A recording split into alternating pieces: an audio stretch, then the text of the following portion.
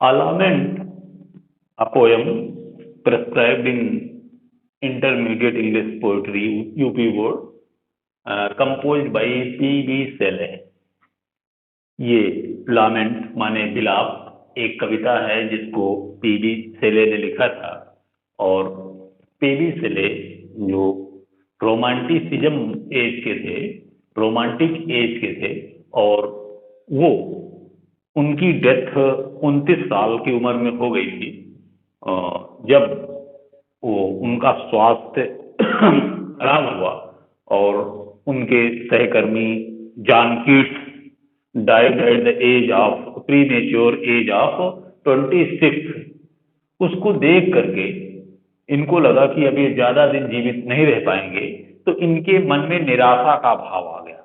उस निराशा का भाव उन्होंने इस कविता में, जिसका नाम लामेंट है, उसके माध्यम से व्यक्त किया है। जैसा कि पहले बताया गया, लामेंट मीन्स विलाप। अब ये पीली सली विलाप कर रहे हैं, अपने दुख को व्यक्त कर रहे हैं।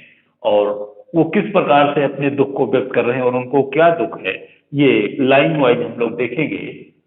तो पहला स्टेंजा है, the poem is very short. This is a very short poem of P B Shelley. It contains only 2 stanza.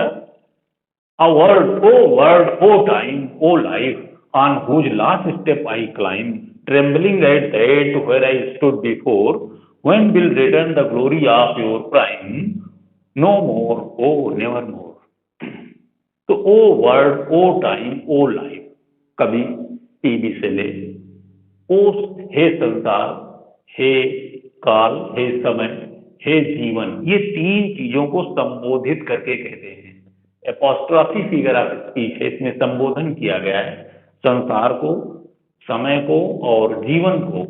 कवि जीवन और संसार, जीवन और समय को संबोधित करते हुए कहता है, on whose last step I climb, जिसके मैं अंतिम पायदान पर खड़ा हूं। जिसके जीवन के, संसार के, समय के मैं अंतिम पायदान पर खड़ा हूं। जैसे कि he felt that he was not going to live for a longer time, so he felt very deep depressed.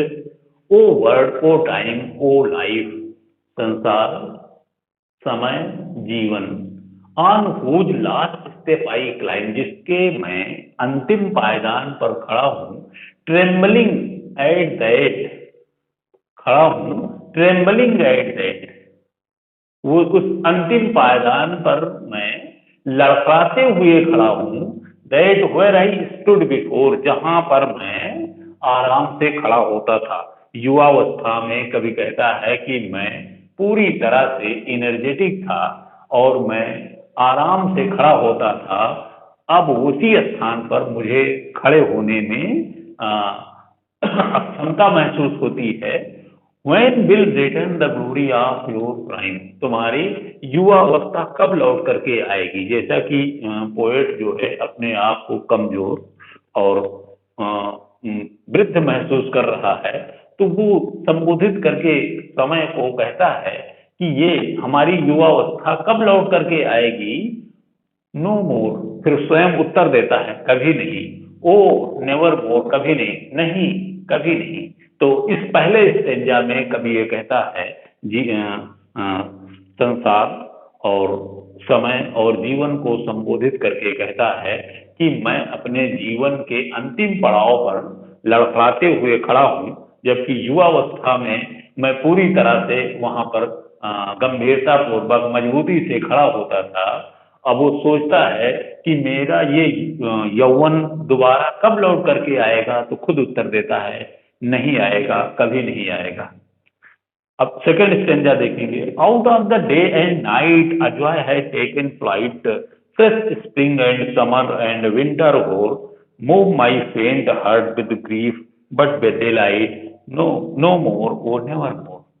Out of the day and night, out of the day and night, दिन में और रात में, a joy has taken flight, हमारे जीवन से प्रसन्नता पलायन कर गई है। Means I have no joy in our life throughout the 24 hour, we are always surrounded by my sorrow. Out of the day and night, पूरे दिन में रात में, a joy has taken flight, जो प्रसन्नता है हमारे जीवन से समाप्त हो गई है, फ्लाइट माने उड़ गई है। Fresh spring and summer and winter hoar move my faint heart with grief but with delight. Fresh spring, शुद्ध तरोताजा बसंत, एंड समर, गर्मी, एंड विंटर और जाड़े का कोहरा कुहासा।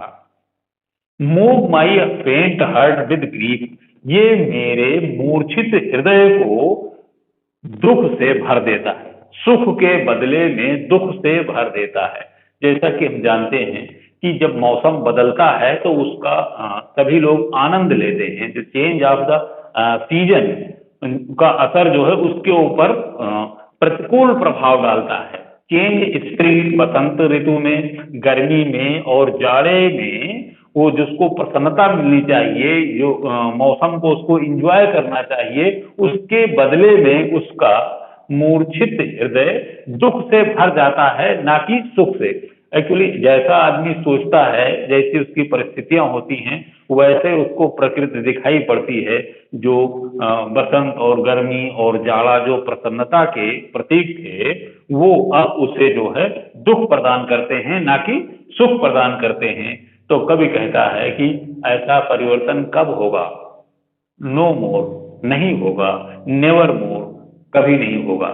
तो इस छोटी सी कविता में, अलाइनमेंट में, कवि पेबी शेली ने अपने लास्ट डेज को का वर्णन करते हुए बताया है कि अब वो ऐसे अंतिम पड़ाव में पहुंच गया है जहां उसे अब ज्यादा दिन तक जीवित नहीं रहना है, और वो सोचता है कि उसका युवावस्था, उसका अच्छा टाइम जो है अब दोबारा लौट करके नहीं आएगा, नहीं आएगा, कभी नहीं आएगा।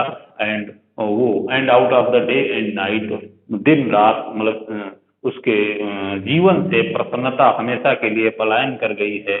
और जो चीजें, प्राकृतिक चीजें उसे प्रसन्नता प्रदान करती थी, अब वो प्रसन्नता के स्थान पर दुख प्रदान करती हैं। और वो सोचता है कि उसका अच्छा टाइम, उसकी युवावस्था नहीं आएगी, कभी नहीं आएगी।